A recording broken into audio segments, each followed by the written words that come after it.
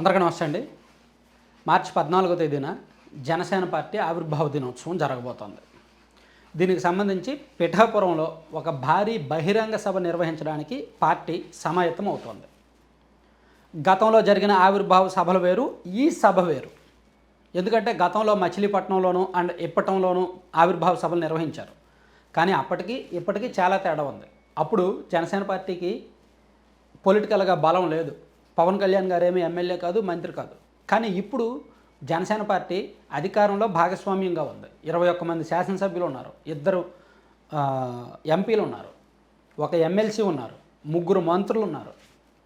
So Pawan Kalyan గారు రాష్ట్ర రాజకీయాల్లో కీలకమైన పాత్ర పోషిస్తున్నారు. రాష్ట్ర పరిపాలనలో అధికారంలో కీలకమైన పాత్ర పోషిస్తున్నారు. డిప్యూటీ సీఎంగా ఉన్నారు. సో ఇప్పుడు అందులోకి జరిగిన ఎన్నికల్లో 100% స్ట్రైక్ రేట్తో కొంచెం జోష్లో ఉందన్నమాట. పార్టీ జోష్లో ఉంది. సో అందుకని ఏం జరగబోతోంది, ఈ ఫార్మేషన్ డోలో ఏం మాట్లాడబోతున్నారు అనేది ఒక ఉత్కంఠ. మరోవైపు అంటే అధికారంలోకి వచ్చిన తర్వాత ఈ 9 నెలల్లో జరిగిన వ్యవహారాలు అనేక, ఈ లోకేష్ గారు డిప్యూటీ సీఎం అనే చర్చ రావడం, ఇక్కడ పవన్ కళ్యాణ్ గారేమో ఏదో అసంతృప్తిగా ఉన్నారేమో అనే ఒక పుకార్లు, గాసిప్స్ రావడం, సో కూటమిలో ఏదో జరుగుతోంది అనే ఒక రకమైన సంకేతాలు రావడం. సో వీటన్నింటి విషయంలో అసలు పవన్ కళ్యాణ్ గారి రాజకీయ ఎజెండా ఏమిటి, ఆయన ఏమనుకుంటున్నారు, పార్టీని ఏ విధంగా బలోపేతం చేయాలనుకుంటున్నారు. ఇప్పుడు తెలుగుదేశం పార్టీ ఎమ్మెల్యేలు ఆల్రెడీ ఉన్న చోట జనసేన పార్టీ ఇన్ఛార్జీలని ఎంకరేజ్ చేయలేరు.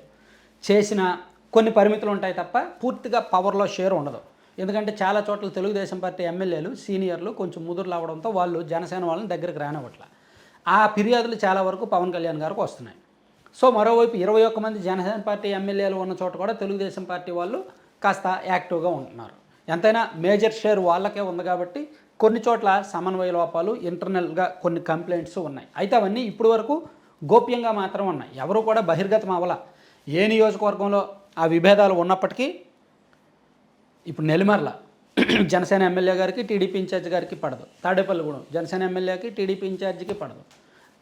అలా చాలా నియోజకవర్గాల్లో విభేదాలు ఉన్నప్పటికీ ఇప్పుడు వరకు బహిర్గతం అయితే అవ్వట్ల, విషయాలు ఏమీ బయటకు రావట్ల.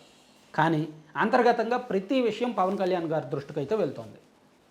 అట్ ద సేమ్ టైం అంటే తెలుగుదేశం పార్టీలో జరుగుతున్న అంతర్గత వ్యవహారాలు కూడా పవన్ కళ్యాణ్ గారి పట్ల, జనసేన పట్ల కొన్ని ఫిర్యాదులు వెళ్తున్నాయి.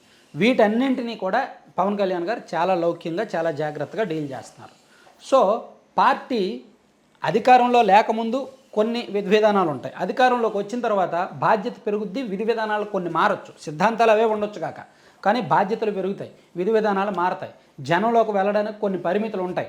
సో ఆ విషయంలో అసలు పవన్ కళ్యాణ్ గారు ఏం మాట్లాడతారు, ఆయన ప్లానింగ్ ఏమిటి, పార్టీని ఎన్ని నియోజకవర్గాల్లో బలోపేతం చేయాలనుకుంటున్నారు, సో ఏమైనా నిజంగా కూటమిలో గ్యాప్స్ ఉన్నాయా, వచ్చే ఎన్నికలకు కూడా ఇదే పొత్తు కొనసాగుద్దా? ఎస్, కొనసాగుతుందనే చెప్తున్నారు, కొనసాగుద్దనే చెప్తారు. ఇప్పటికిప్పుడు మేమేం విడిపోతాం, మా మధ్య అదొంది ఇదొందని అయితే చెప్పరు.